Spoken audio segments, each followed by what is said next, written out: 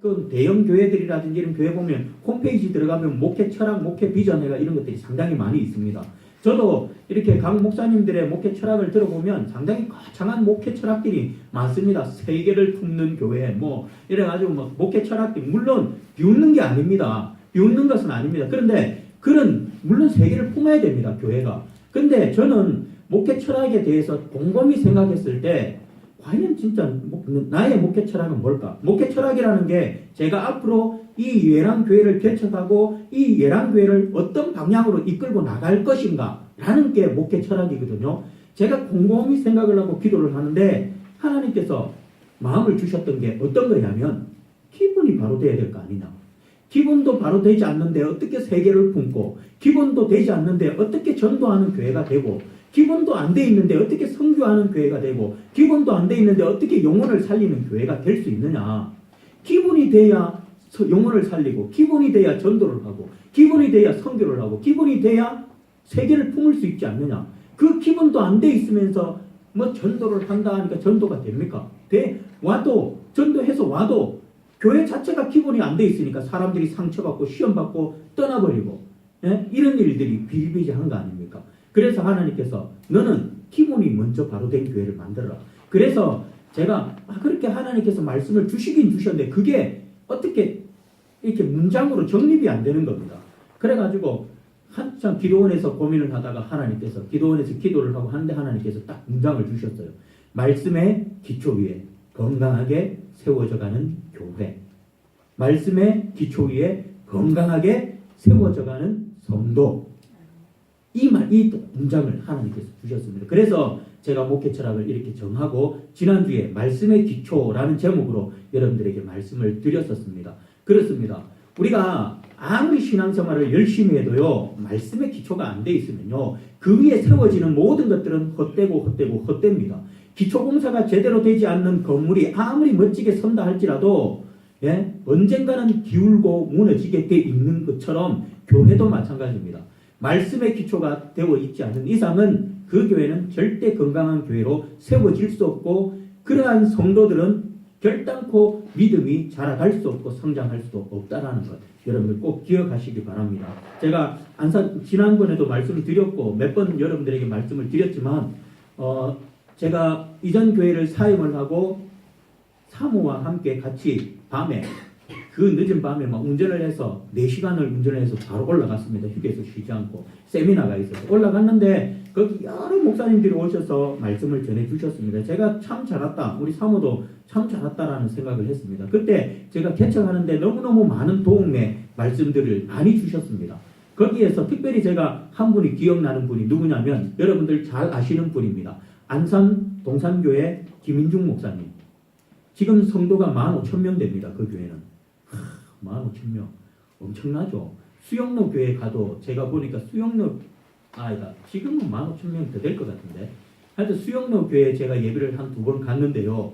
야, 예배 마치고 쏟아져 나오는데 엄청나더라고요. 우리 여기 앉아있는 분들 제가 엄청나게 많은 분들이 오늘 제가 숫자로 헤아릴 수 없는 분들이 나와 앉아 계시다라고 말씀드렸는데요. 수영로교회 성가대 반의 반도 안 됩니다. 여기 앉아있는 분들. 예. 그 엄청난 하여튼 큰 교회 담임 목사님이십니다. 서울대학을 졸업하셨고요. 근데 그 목사님께서 서울대학 졸업하고 그 큰 교회를 한다라고 하면 우리는 보통 목사님들은 근엄하고 막 옷도 막 진짜 이렇게 입고 다니실 것 같잖아요. 아니, 안산 동산교회 목사님은 옷도 몸이 체격이 왜소해서 그런지 모르겠는데 옷도 막 커 보여요. 헐렁한 옷 입고 다니고요. 그리고 막 점잖하게 성경책 옆에 다 끼고 이렇게 걸어 다니시는 게 아니라 막 억슬 털싹 떼면서 막 뛰다니시고 막 그러세요. 근데 그분이 오셔가지고는 하시는 말씀이 건강한 교회가 되라. 건강한 교회는 무조건 성장한다. 예. 병든 건강한 사람이 몸이 병이 없는 사람이 건강하게 자라가는 것처럼 교회도 똑같다.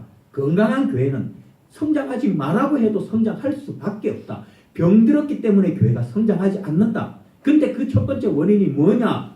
바로 목사다. 목사가 병들었기 때문에 당회가 병들고 당회가 병이 드니까 교회가 병이 드는 거다. 그래서 그런 교회는 성장하지 못한다.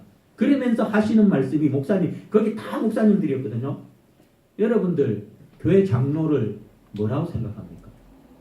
교회 장로 세우기 싫죠? 이런 질문을 하셨습니다. 그러니까 아무도 웃기만 웃고 대답을 안 하더라고요. 그것 자체가 병이 들었다고. 왜 장로가 여러분들의 대적자고, 왜 장로를 세우기 싫냐고. 여러분들의 동력자인데 그 사람을 세우기 싫다라는 그 마음 드는 그 자체가 벌써 당신은 병이 든 사람이다 라고 이야기해요. 제가 그때 머리끝이 그냥 뾰족뾰족 서는 느낌이 들었었어요. 너무 진짜. 그래서 그래 내가 바로 서야 되겠다. 내가 먼저 일단 담임 목사가 먼저 말씀의 기초 위에 건강하게 세워져야 되겠다라는 생각을 제가 다짐을 했었습니다. 그래서 이제 말씀의 기초라는 제목으로 말씀드렸고요. 오늘부터는 제가 여러분들 주보에 서론이 길어 죄송합니다. 오늘 주보에는 건강한 교회의 해가 로마자로 1이라고 적혀 있습니다. 건강한 교회는 어떤 교회인가? 성경에서 말씀하고 있는 건강한 교회는 어떤 교회인지 한번 여러 시간을 통해서 우리가 살펴봤으면 좋겠습니다. 우리가 성경에서 건강한 교회의 모델들을 우리에게 제시해주고 있습니다. 오늘부터 그 모델들을 우리가 보면서 우리 예랑교회도 이런 건강한 교회로 세워져 갈 수 있기를 주님의 이름으로 축복드리겠습니다. 자, 첫 번째로 우리가 본론으로 들어가서 오늘 먼저 이 본문에서 보면 초대교회가 나옵니다. 그러니까 초대교회라는 건 뭡니까? 이 세상에 있는 모든 교회들의 시초죠. 제일 처음 이제 교회가 세워진 그 교회가 나옵니다. 자, 그런데 이 교회가 나오는데 이 교회에 먼저 첫 번째로 이 교회의 초대교회의 예배를 먼저 한번 살펴보겠습니다. 이들은 어떻게 예배 드렸는지, 우리와 똑같은 예배를 드렸는지 아니면 우리와 뭔가 다른 예배를 드렸는지 한번 이 초대교회의 예배에 대해서 한번 살펴보도록 하겠습니다. 자, 거기에서 보니까 42절에서 보니까 이들은 어떻게 예배를 드리냐면 첫 번째로 보니까 사도의 가르침을 받아라고 이야기합니다. 자, 사도의 가르침을 받는다.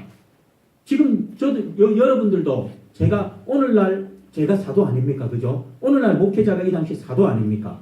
여러분들도 지금 말씀을 통해서 여러분들 가르침을 받고 있습니다. 이 당시 초대교회도 마찬가지였습니다. 이들의 예배 가운데는 가르침이 있었습니다. 가르침이 있었고 그리고 뭡니까? 성도들은 그 가르침을 받는 것이 있었습니다. 그런데 여기서 받아라는 말, 이 받아라는 말은 뭡니까? 가르침을 어떻게 해요?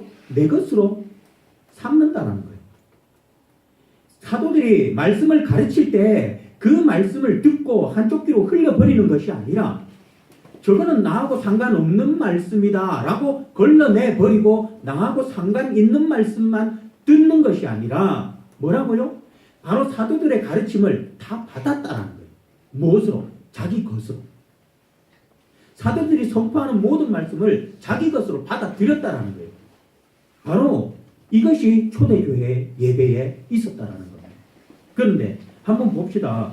오늘 이 초대교회 성도들은 사도들이 가르쳤을 때 사도가 한 사람만 가르쳤던 게 아닙니다. 여기서는 사도라고 나와 있지만 헬라어 원문에는 복수형으로 나와 있습니다. 그렇기 때문에 사도들의 가르침입니다. 여러 사도들이 와서 가르쳤을 때 이 사람들은 어떻게 해요? 그 모든 사도들의 말씀을 하나도 어떻게 해요? 반항하거나 그러지 않고 다 받아서 자기의 것으로 삼았다는 거예요.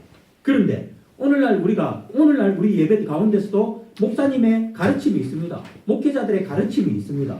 그런데 과연 가르침 가운데 가르치기는 가르치는데 여러분들의 모습은 어떻습니까? 물론 여기서도 사도들은 하나님을 두려워하는 마음으로 하나님께서 주신 영적 권위로 가르쳤어요. 그런데 이것부터도 잘못된 교회들이 많아요. 오늘날 목회자들이 하나님의 권위 없이 그냥 자신의 지식으로 자신의 어떤 무엇으로 가르치려고 하는 그런 목회자들이 너무 많은 것들을 봅니다. 그런 걸 보면 참 안타깝죠. 그러나 그렇지 않은 그런 분들은 일부분이고요. 대부분의 목사님들은 다 하나님 앞에 말씀을 준비하기 위해서 기도로서 준비하고 하나님 말씀 주십시오 해서 그렇게 해서 우리 찬양 인도해 보신 분들은 알 겁니다. 찬양도 함부로 골라지는 게 아니거든요. 여러분들 쉬운 것 같지만 이 찬양 몇 곡 고르는 것도요. 진짜 하나님 주셔야 돼요. 안 주시면 안 돼요. 설교도 똑같거든요. 설교는 돼요. 아무 보면 펼치면 말씀인데 아무 때나 하면 되지. 아닙니다. 진짜 이 말씀을 이번 주에 어떤 말씀을 전할까? 진짜 기도를 하고 어떨 때는 토요일까지도 이 말씀이 하나님 마음에 안 주실 때가 있어요. 그러면 속된 말로 미칩니다. 미쳐요. 내일 설교를 해야 되는데 말씀을 안 주셔요. 근데 제가 담임 목사를 해보니까 주보에다가 주일 설교만 실는 게 아니라 오후 예배도 실어야죠. 수요 예배도 실어야죠. 그럼 3개의 설교가 한 번에 다 나와야 된다는 거거든요. 토요일까지는. 하나님 주시지도 않는 걸 주보에다가 미리 다 적어 놓을 수는 없잖아요. 이 너무 힘든 거예요. 그래서 이 목회자들도 이제 대부분의 목회자들은 이렇게 해서 말씀을 전합니다. 그런데 여러분들은 어떻습니까? 우리가 하나님이 선포되어지는 이 말씀을 여러분들은 얼마나 받고 있어요? 저도 마찬가지입니다. 저도 때로는 어떤 교회 가서 막 그런 생각으로 말씀을 들을 때가 있습니다. 우리는 하나님의 말씀이 선포될 때, 하나님의 말씀이 가르칠 때, 하나님이 우리를 가르치실 때 우리는 그 말씀을 받아들이고 있냐라는 것입니다. 바로 그런데 제가 볼 때는 오늘날 한국교회에 많은 교회들이 있고 많은 성도들이 있지만 많은 분들이 보면 말씀을 걸러서 듣는 것 같아요. 자기한테 유익한 말씀은 듣지만 자기한테 조금 유익하지 않는 말씀은 듣지 않습니다. 오히려 기분 나빠하는 그런 모습들이 있는 것 같습니다. 여러분들 이게 바로 뭡니까? 초대교회와 오늘날 우리 교회의 예배의 다른 모습들입니다. 초대교회 성도는 그렇게 하지 않았습니다. 사도들이 가르치는 말씀마다 그들은 다 내 것으로 아멘으로 받아들였던 그런 예배를 드렸습니다. 자, 그리고 두 번째로는 또 42절에서 보니까 이 초대교회 예배 가운데 어떤 모습들이 있었냐면 바로 서로 교제함이 있는 예배였습니다. 서로 교제함이 있는 예배였습니다. 자, 사도신경에 여러분들 성도가 서로 교통하는 것과 라는 것 여러분들 늘 고백하시죠. 이게 뭡니까? 교통이라는 게 뭡니까? 바로 교제라는 거예요. 교통이라는 게 서로 교제라는 것입니다. 자, 여기서 교제를 말합니다. 희생적인 정신으로 서로 사랑하면서 봉사하며 도와주는 그런 교제가 그들 예배 가운데 있었다는 거예요. 그냥 예배만 드리고 딸랑 가버리는 것이 아니라 예배를 통해서 서로의 어려움도 나누고 서로를 섬기고 봉사하고 그런 의미에서 어떻게 해요? 오늘날 교회들이 식당 봉사하는 분들도 계시고 뭐 어떤 헌금위원도 계시고 뭐 이렇게 있잖아요. 이런 것들이 다 어떻게 섬기는 그런 것들이 돼 있어요. 그런데 이런 것들도 보면 요즘 너무 변질이 많이 돼 있는 것 같아요. 그냥 정말 자원하는 마음, 희생적인 그런 정신으로 정말 성도를 사랑하는 마음으로 이렇게 섬기기보다는 의무감으로 습관적으로 우리가 섬기고 있는 그런 모습들이 있지 않은가라는 것들을 생각을 해봅니다. 우리가 이 교제에 대해서는 잠시 후에 다시 한 번 더 자세하게 살펴보고요. 바로 이 초대교회는 이런 자기를 희생하면서까지 상대방을 사랑하고 그 사람을 위해서 봉사하고 헌신하는 그런 섬김이 그들 예배 가운데는 있었다라는 거예요. 오늘 여러분들 보십시오. 오늘 한국교회 보면 어떤 새로운 신자가 왔어요. 근데 이 신천지가 참 진짜 이 못된 것들, 그죠? 저도 저 앞에다가 입구에도 붙여놓고 문 딱 열자마자 오른쪽에 붙였는데 제가 우리 사모한테 혹시 들어오면서 뭐 본 거 없나? 라고 물어봤더니 뭘요? 아니 안 보이나? 큰 종이가 없어서 A4 용지에다 조그만하게 문 밖에 그 시간표 예배 시간표 위에 하고 문 딱 들어오자마자 오른쪽 벽에 붙였는데요. 신천지 출입 금지 들어오면 고발한다 죽는다. 제가 붙여놨는데 보셨는지 모르겠습니다. 이 신천지가 참 우리를 참 나쁘게 하는데 여러분들 어떤 새로운 사람이 오면 먼저 색안경을 끼고 딱 보는 그런 것들이 있는 것 같아요. 물론 주의는 해야 됩니다. 요즘 시대에. 그런데 조금 그 사람이 어떤 몸이 불편하거나 아니면 조금 뭔가 사람마다 다 너무 특이하잖아요. 조금 뭔가 내 마음에 들지 않으면요. 어떻게 해요? 그 사람 벌써 이상하게 쳐다봅니다. 이런 모습들은 초대교회의 이런 뭡니까? 희생정신과 너무나도 다르다는 거예요. 그 사람을 이해해주고 불쌍히 여겨주고 자기를 희생해서 그 사람을 위해서 헌신해주고 봉사해주고 섬겨주는 그런 예배가 이들 가운데 있었다는 겁니다. 우리 예랑교회도 이런 예배가 있기를 바라겠습니다. 자, 그리고 세 번째로 떡을 떼며 라고 이야기합니다. 자, 여기서 떡을 뗀다라는 것은 무슨 말이냐면 성찬을 의미합니다. 성찬. 우리도 이제 언젠가는 조만간에 성찬식을 하겠죠. 저 다행히 하나님 은혜로 저 성찬기 하나 사는데도 저 몇십만 원 하거든요. 그거 개척교회 좀 없어가지고 진짜 성찬기 없어가지고 못 드리는 데도 많이 계십니다. 그런데 하나님 은혜로 누가 어떤 분이 무료로 주셔가지고 이제 성찬기는 다 구비되어 있습니다. 그래서 이제 성찬만 하면 되는데 언제 할지는 아직 모르겠고요. 이제 곧 있으면 성찬을 하게 되는데 이 성찬식의 의미가 뭡니까? 예수 그리스도의 살과 피를 의미하는 거잖아요.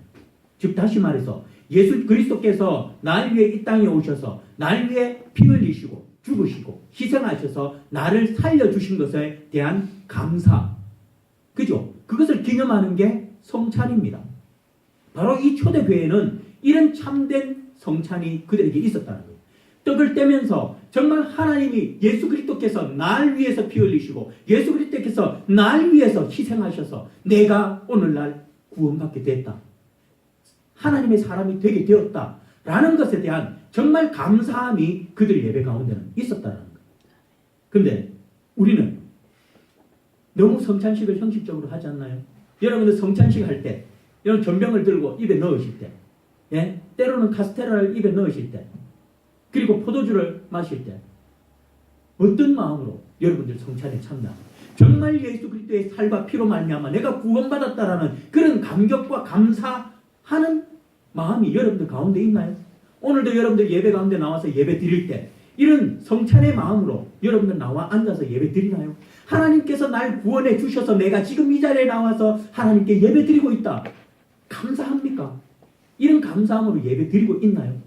초대교회는 그렇게 예배 드렸다는 거예요. 자, 그리고 네 번째로, 아이고 벌써 시간이 많이 간 거예요. 네 번째로는 42절에서 보니까 기도하기에 힘썼다. 기도하기에 힘썼다. 뭐 여기 뭐 다른 설명 필요 없는 것 같습니다. 그런데 한 가지, 여기 힘쓴다라는 말은요, 전력을 다해서 지속적으로 했다라는 말. 힘쓴다. 내가 힘을 쓴다라는 것은 막 힘쓴다. 우리 피아노, 우리 오늘 나와 계시는 우리 박수근 장로님 나와 계시면 집에서 주셨거든요. 이것도 살려면 돈이 얼마입니까? 하나님 너무 감사합니다. 이거 다 살려도 돈이 얼마인데 주셔가지고는요 설치해놨는데, 근데 이거 가져 나오는데 진짜 힘이 들었어요.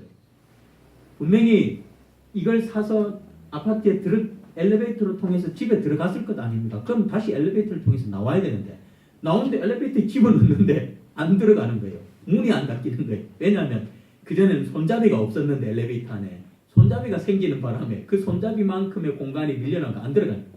그래서 장로님하고 저희 아버님하고 저하고 그 다음에 이정계 청년들 힘쓸 사람 몇 번 불러가지고 얼마나 힘을 썼던지요. 계속해서 힘쓰니까 되더라고요. 힘쓰니까 결국은 갔다가 여기다 놨어요. 예, 힘쓴다라는 건 어떻게 끝까지 지속적으로 전력을 다해서 내가 했다라는 거예요. 바로 이들 예배 가운데는 이런 기도, 힘쓰는 기도가 있었다라는 겁니다. 저와 여러분들도 예배 가운데 정말 하나님께 힘쓰는 그런 기도가 우리 예배 가운데 있기를 바라겠습니다. 바로 이러한 초대교회의 예배가 오늘 이 시대 교회들에게 다시 회복되어져야 하지 않을까라는 생각들을 해봅니다. 여러분들, 이 초대교회처럼 이렇게 예배하는 사람, 예배하는 교회들이 과연 대한민국 땅에 얼마나 될까요?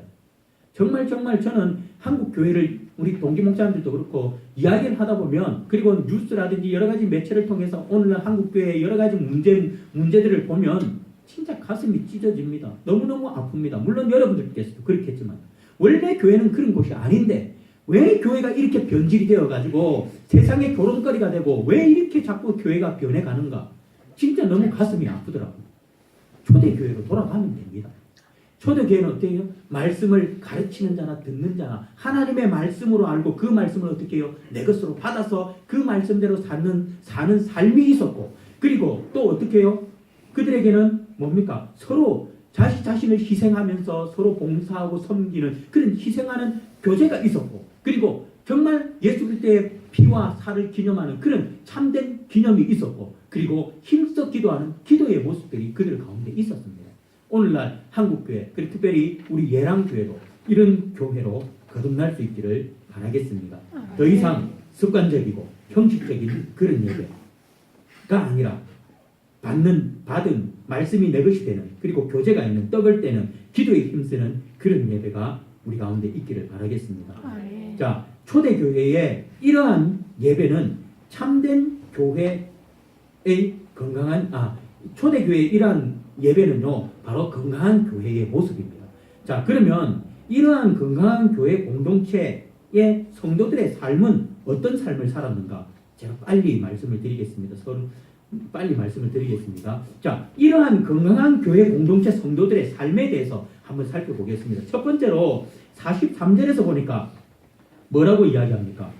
사람마다 두려워하는데 사도들로 말미암아 기사와 표적이 많이 나타나니 라고 이야기합니다. 자, 첫 번째, 사람마다 두려워했다. 자, 여기서 말하는 이 사람들은 물론 믿는 사람들이 아닙니다. 거기 44절에 믿는 사람이 다 함께 있어 라고 하는데요. 이 43절에서 말하는 이 사람은 믿는 사람들이 아닙니다. 믿는 사람들이 아닌데 사도들의 표적과 기사를 보고는 어떻게 해요? 두려워했다라고 이야기합니다. 여러분들, 믿지 않는 사람들도 사도들을 보고는 두려워했다는 거예요. 근데 여기서 두려워했다라는 것은 원문에서 보면 우리가 어떤 무서움, 공포 이런 두려움을 말하는 것이 아닙니다. 바로 여기서 이들이 두려워했다라는 것은 사도들을 존경했다. 존경의 의미입니다. 믿지 않는 사람들도 사도들을 바라보면서 존경하는 그런 모습들이 있었습니다. 여러분들, 목회자를 보고 존경함이 있습니까? 제가 참 고민 중에 그게 한 가지 고민인 게요. 물론 뭐 이것도 여러분들한테 몇 번 저는 근엄해질 수가 없습니다. 제 천성이 좀 졸랑대고요. 좀 천성이 막 이렇게 근엄하는 게 이게 좀 몸에 맞지 않아서 근엄해질 수는 없습니다. 근데 제가 참 고민을 했던 게 우리 중고등부 청년들하고 제가 같이 있으면서 고민했던 게 애들하고 너무 친해지니까 애들이 이 목사에 대한 어떤 존경하는 좀 뭐 권위라든지 이런 것들이 없는 것 같아요. 막 함부로 대해요. 그런다고 내가 야 좀 함부로 대하지 마라. 그래서 내 목사다. 이 소리하기도 뭐하고 그런다고 애들한테 그러면 나 목사인데 좀 경계를 둬야지 하면 애들하고 가까워질 수가 없어요. 그러다 보니까 참 그것 때문에 제가 고민을 많이 했었습니다. 근데 결론은 권위는 하나님이 세워주시겠지 하고요. 그냥 막 애들하고 친해져서 그냥 막 허물없이 이렇게 지냈었어요.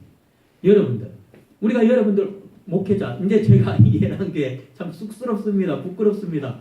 따님 목사입니다. 여러분들 저를 존경해 주시면 감사드리겠습니다. 인간 이성으로 존경하는 것이 아니라 하나님의 종으로 존경해 주십시오. 물론 사도들은 표적과 기사가 일어났기 때문에 그 표적과 기사를 보고 믿지 않는 사람들이 두려워하면서 그들을 존경했습니다. 그러나 오늘날 내게 표적과 기사가 일어나지 않는다 할지라도 여러분들 오늘날 목회자들을 존경할 수 있는 그런 여러분들 될 수 있기를 바랍니다. 그 교회가 건강한 교회예요. 목사를 우습게 여기고 목사를 전하게 여기는 교회, 그런 교회는 당연히 여러분들 건강한 교회가 아니잖아요. 저는 여러분들 기도해 주세요. 조만간에 아마 하나님 주실 거예요. 능력 주실 거예요. 능력 없어서 저를 갖다가 존경하지 않는 분들 곧 있으면 존경할 겁니다. 제가 늘 하나님 앞에 기도하는 거예요. 하나님, 내 손에 능력을 주셔서 아픈 곳에 내가 손을 얹고 기도할 때 낫는 역사가 있게 해주십시오. 내가 요즘만 기도하는 게 아니에요. 이거 진짜 제가 옛날부터 기도했던 거예요. 진짜 오래됐어요. 하나님, 아픈 곳에 내가 손을 얹고 기도할 때 진짜 낫는 역사가 있게 해주세요. 제가 금요 예배 때 찬양하면서 막 기도하다가요, 그럴 때가 있어요. 내려가서 내가 막 손만 얹고 기도하면 저분 나을 것 같다라는 마음이 확 올 때 맨날은 안 와요. 내가 성령 충만할 때 그런 게 와요. 그런데 어디 부목사가 가가지고 담임 목사인데 부목사가 나가가지고 왜 어떻게 안수를 해줍니까? 못하잖아요. 진짜 찬양을 하고 막 기도를 하다 보면 내가 막 성령 충만 받을 때는요, 내가 나가서 손만 딱 대면 병이 나을 것 같은 그런 막 느낌들이 내가 막 오더라고요. 실험을 해보고 싶었어요. 진짜 나가서 됐을 때 고침 받을까? 근데 무교육자는 못하죠. 근데 이제 내가 담임 목사니까 하나님께서 내게 그런 마음을 주셨을 때 내가 딱 손을 댔을 때 역사가 나타날 줄 압니다. 어쨌든 그런 역사가 나타나지 않더라도 여러분들 목회자를 존경할 수 있는 그런 여러분들 되시기 바랍니다. 이게 건강한 교회입니다. 그리고 두 번째로는 44절, 46절 보면 44절에서 상반절에 믿는 사람이 다 함께 있어 라고 이야기합니다. 그리고 46절에 날마다 마음을 같이하여 성전에 모이기를 힘쓰고 집에서 떡을 떼며 기쁨과 순전한 마음으로 음식을 먹고 라고 이야기합니다. 자, 두 번째 이 초대의 건강한 교회 공동체들의 삶이 어땠냐면 모이기를 힘썼다는 거예요. 모이기를 힘썼다는 거예요. 자, 그런데 거기에서 보니까 44절에서 보니까 믿는 사람이 다 함께 있어라는 말이 나옵니다. 이 있어라는 말은 미완료 과거형으로서 신자들이 늘 함께 모이고 있었다는 거예요. 그러니까 한때 모였던 것이 아니라 이전부터 지금까지 계속해서 신자들이 어떻게 해요? 모이고 있었다라는 말을 하는 것입니다. 이제는 옛날에는 이들이 여러분도 아시는 것처럼 1년에 한 번씩 예루살렘 지금도 그렇잖아요. 지금도 저기 유대 땅에 가면 이스라엘 가면은 그 사람들은 1년에 한 번씩 그 뭐라고 해요? 코란 아니다. 뭐라 해가지고 모이잖아요. 그 어디 성지에 모여가지고는 막 거기에서 자기들 막 이렇게 엎드려서 절하고 있잖아요. 이 당시에도 어땠습니까? 예루살렘 성전에 그들은 1년에 한 번씩 모였었습니다. 그런데 이제부터는 이들은 어떻게 합니까? 이후로는 이제 날마다 성전에 모입니다. 날마다 성전에서 다 함께 모여서 있었던 것입니다. 그리고 46절에서 보니까 46절에서 집에서 떡을 떼며 라고 나오는데요. 이 말은 어떤 한 집을 말하는 게 아닙니다. 그 모임 무리들의 집을 말합니다. 그러니까 한 주는 어느 날은 이 집에 모여서 서로 모여가지고 떡을 떼고 서로 친교하고 교제를 하고 있고 또 어느 날은 저 집에 모여가지고 서로 모여가지고 떡을 떼고 교제하고 있고 이런 교제가 어떻게 해요? 교회에서 그리고 각 성도들의 가정에서 이런 교제들이 누가 모여라 소리도 하지 않았는데 모여서 구역예배 하세요. 요즘 구역예배 저는 금요일날 저 시간표 보시면 알겠지만 금요일날 없습니다. 형식적으로 할 거 왜 하냐 싶더라고요. 여러분들 금요일 예배 주일날 오예배 맞추고 다 해버리잖아요. 이게 형식이잖아요. 원래는 취지는 그건 아니잖아요. 각 가정에 가서 그 가정 축복하고 같이 예배드리고 친교하기 위해서 구역 예배라든지 이런 것들을 만들었는데 오늘날 너무 좀 많이 이게 힘들고 지치다 보니까 직장생활을 보니까 이것들이 너무 편한 위주로 바뀐 것 같아요. 저는 그냥 없앴는데요. 여러분 누가 모여라 소리 안 해도 이 당시의 초대교회 성도들은 교회에 모이고 집집마다 모여서 어떻게 해요? 거기서 보니까 떡을 떼고 예? 음식을 나누면서 교제했던 이런 모습을 볼 수가 있습니다. 이게 바로 건강한 교회라는 거예요. 제가 얼마 전에 이번 주에 너무 기뻤어요.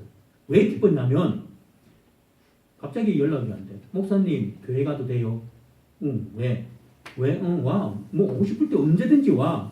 예, 이제 여러분들 교회 오고 싶으실 때 목사님 교회 가도 돼요. 묻지 말고 오세요. 오시면 됩니다. 오셔가지고 예를 들어 제가 없어서 문이 잠겼다. 그러면 전화 주십시오. 목사님 키 좀 빨리 갖고 뛰어오세요. 나 교회 들어가고 싶어요. 그렇게 전화 주십시오. 그러면 그냥 오셔서 피아노를 치시든 뭘 하든 기도를 하든 마음대로 하십시오.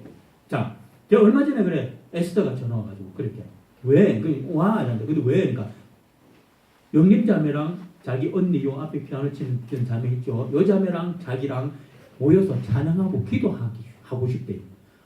내가 얼마나 이쁜지 안 그래도 이쁘잖아요. 오늘 이니는 보니까 뭔가 얼굴에 제가 뭔지는 모르겠는데 뭔가 얼굴에 힘은 줬는데 뭔가 얼굴에 힘은 좀 다른 사람하고 다른데 좀 뭔가 더 이뻐졌는데 뭔가 힘을 줬는데 어디 힘을 줬는지 저는 자세히 모르겠어요. 여자 머리 엉덩이까지 오는 거 이만큼 잘라도 모르는 사람이거든요. 근데 뭔가 내가 약간은 눈치챘다는 건 뭔가 많이 달라졌다는 건데 이렇게 세 명이 기도한다니까 기도해서 자기들끼리 찬양하고 자기들끼리 기도한다니까 얼마나 기뻤는지요. 감사한지요.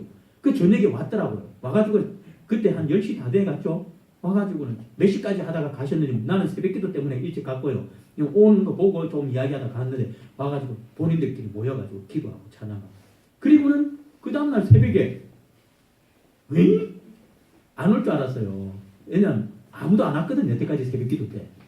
새벽기도 때 혼자 새벽기도 하는 것도 참 괜찮더라고요. 혼자 음악 틀어놔놓고 온풍기 저 큰 30평짜리 온풍기 혼자 따뜻하다 하면서 앉아가지고 찬양 부르면서 기도하는 것도 괜찮더라고요. 그렇게 제가 기도하고 있는데 그 다음날 새벽에 그 사람들이 또 다 왔네요. 우리 김수롱 집사님까지 이제 애들 태워준다고 이제 같이 오셨겠죠. 오셨더라고요. 제가 그런 모습들 보면서 제가 모여서 찬양해야 했습니까? 기도하라 했습니까? 아니잖아. 자기들끼리 모여서 이렇게 기도하고 찬양하는 모습을 보니까 얼마나 기뻤는지 모릅니다. 바로 건강한 교회는 이런 교회입니다. 누가 모여라 하는 것이 아니라 예배 시간만 모이는 것이 아니라 항상 모이기에 힘써서 교회 나오는 게 지금 여러분들도 아마 다 그러셨을 거예요. 저도 청년 때 그랬어요. 교회 가는 게 너무 좋았어요. 교회에 있는 게 너무 행복했어요. 뭐 교회 가면 특별하게 하는 거 없었습니다. 교회 가봤자 일하는 것밖에 없었어요. 맨날 청년들 퇴근하면 교회 모여가지고는 교회 일하고 밤새고 라면 끓이 먹고 근데도 저도 그게 너무너무 좋았어요. 그래서 맨날 교회에서 살았어요. 진짜 청년 때 맨날 교회에서 살았었어요. 바로 이게 건강한 교회라는 것이에요. 근데 오늘날 많은 분들이 교회 오기가 참 싫어합니다. 예배 시간만 딱 오고는 그 외에는 발걸음 한 번 안 줍니다. 병들었다는 거죠. 이 초대교회 성도들은 그렇지 않았어요. 교회도 집도 항상 성도들끼리 모여서, 그런데 모여서 뭐 했나? 거기서 보니까 뭐 했다고요? 47절에 보니까 하나님을 찬미하며. 중요한 게 이거예요. 모여서 잡담하고, 우리가 집집마다 모이면 있잖아, 어떤 집사 있잖아, 아유 그 목사님 있잖아, 아이고 누구 있잖아, 그 사람 있잖아, 있잖아. 교회 모여가지고, 교회에서도 그래. 야 있잖아, 왜 저도 근데 물론 그런 이야기 잘하지만, 제가 런닝맨, 그 다음에 무한도전, 유재석 나오는 건 1박 2일 하여튼 예능 이건 너무 좋아하거든요. 특별히 요즘 런닝맨을 너무 좋아해서 우리 사모가 맨날 뭐라 하는데, 62번 CJ는 62번을 틀면요 항상 런닝맨을 합니다. 거기는 쉬지 않고 런닝맨을 합니다. 그래서 62번이 아예 고정 채널이에요. 그러면 또 뭐냐 하는데 또 봐도 재밌어요. 그 62번 고생하는 저도 그런데 교회 와가지고 연예인 이야기, 특히 우리 젊은 친구들 맨날 연예인 이야기, 누구 이야기, 어떤 이야기, 전혀 교회와 관계없는. 물론 그것도 참 아름답기는 아름답습니다. 교회 모여서 자기들 그런 이야기 하지 말라는 건 아니에요. 그런데 뭡니까? 한 가지 더 추가됐으면 좋겠는 게, 더 이상 험담하지 말고 딴 것보다도 하나님을 찬미하는 거예요. 모여가지고 잡다한 이야기하고 잡다한 거 하는 것보다도 모여가지고는 하나님을 찬양하고 하나님께 기도하고 하나님을 높이는 그런 모임들을 자기들끼리 이렇게 가지는 거예요. 이게 얼마나 건강하고 아름다웠습니까? 바로 우리 예랑교회도 이 초대교회 성도들처럼 이런 모습들이 우리 가운데 있었으면 좋겠습니다. 말씀을 결론을 맺겠습니다. 여러분들 47절에 보십시오. 이렇게 건강한 교회는 어떻게 되는지 47절에서 보십시오. 자, 거기 하나님을 찬미하며 또 온 백성에게 뭘요? 칭송을 받아요. 예, 여기서 온 백성이라는 것은 믿지 않는 교회 공동체 외의 사람들을 말합니다. 그 사람들이 누구를 칭송했다고요? 초대교회 성도들을 칭송했다고요. 옛날에 교회가 그랬었어요. 우리 대한민국 교회도 옛날에 그랬었어요. 옛날에 믿지 않는 사람들이 교회 다니는 사람들, 교회 참 좋은 곳이야, 그거 가면 좋은 곳이야, 가, 이렇게 했었어요. 아닌가요? 제 어릴 때만 해도 그랬습니다. 저 어릴 때만 해도 교회 다니는 사람들은 좋은 사람, 교회는 좋은 곳이라고 그 사람들이 교회를 향해서 칭송했습니다. 그런데 오늘날 교회가 좋은 곳이라고 칭송합니까? 아니요. 욕합니다. 손가락질하고요. 개독들. 제가 욕하는 게 아닙니다. 지금 세상 사람들이 우리를 향해서 하는 말입니다. 우리 보고 개독이 무슨 말인지 아실 거죠? 개 같은 기독교. 얼마나 심한 욕입니까? 왜 그런 욕을 해요? 그들 마음속에는 아직도 교회라는 곳은 칭송받는 것, 좋은 곳, 성도들은 좋은 사람들이라는 마음이 그들에게 있기 때문이에요. 그런데 그런 교회, 그런 성도들이 그렇게 안 사니까 우리를 보고 개독이라고 욕하는 거예요. 그런 마음이 그들 속에 없으면